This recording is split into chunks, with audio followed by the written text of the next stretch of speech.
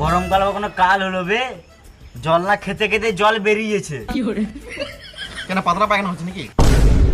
না রে, গরমে শরীর থেকে ঘাম বেরোচ্ছে।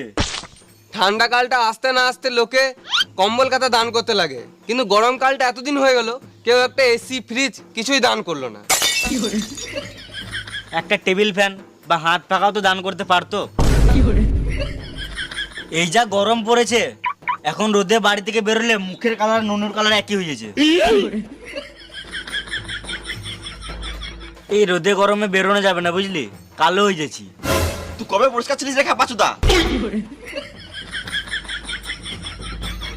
আমি ভাবছি চাঁদ যদি আমাদের মামা হয় তাহলে সূর্যটা কে হবে? দাদু হবে। এদিকে বুড়ো হয়ে গেছে, এখনো তেজ যায় নাই। ঠিক। এই যা গরম পড়েছে, মনে হচ্ছে মরুভূমিতে বসে আছি। একদম উঠ।